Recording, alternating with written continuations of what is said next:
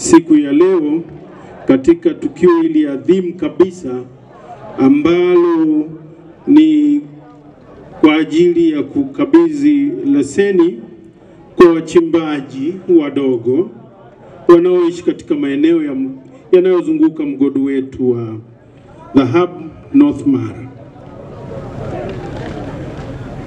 Mheshimiwa Waziri, niruhusu nitumie fursa hii kwa namna ya pekee sana nimshukuru Mheshimiwa Rais Daktari Samia Suluhu Hassan na serikali ya awamu ya sita kwa ujumla kwa sera nzuri za uwekezaji ambazo zimesababisha au zimewawezesha wawekezaji kutoka maeneo mbalimbali kuwekeza katika nchi yetu, na sote tumekuwa tukishuhudia faida mbalimbali, nyingine zimesemwa hapa, ambazo Watanzania wanazipata kutokana na uwekezaji huo. Bila sera madhubuti ambazo zitavutia uwekezaji na wawekezaji, pengine leo tusingekuwa hapa katika hali hii.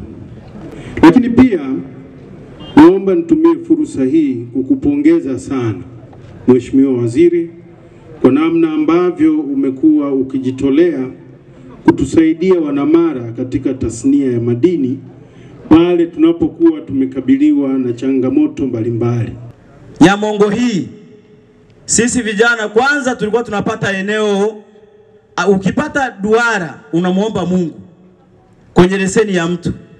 Mimi nimewahi kukaa hapa miezi miwili hotelini nasotea kitu kinaitwa duara. Leo hii kuna leseni hapa takribani leseni 100 zinatoka. Ni jambo la kufurahisha na ni jambo la kiukweli sina namna yoyote ya kushukuru. Narudia tena, ndio mradi wa kwanza mkubwa.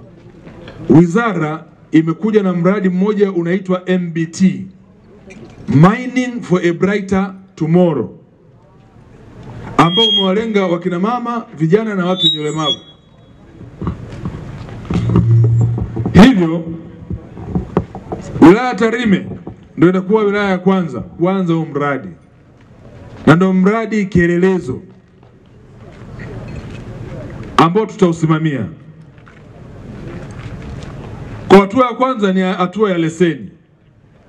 Hatua ya pili ambayo nataka niwahakikishie ndugu zangu ni hatua ambayo mkuu wa mkoa akaisema, mradi huu lazima uwe na walezi ambao tutakuwa bega kwa bega na hawa vijana mpaka tuone mafanikio yanapatikana. Mlezi wa kwanza aliyeomba kazi mwenyewe na mimi nimemkubalia ni mkuu wa mkoa wa Mara. Mkuu wa mkoa wa Mara ndo mlezi namba 1 wa huu mradi. Mlezi namba 2 ambaye pia kanikubalia ni country manager wa Bariki, ndugu yangu Daktari Malikioli Ngindo. Na mlezi wa 3 ni mimi mwenyewe.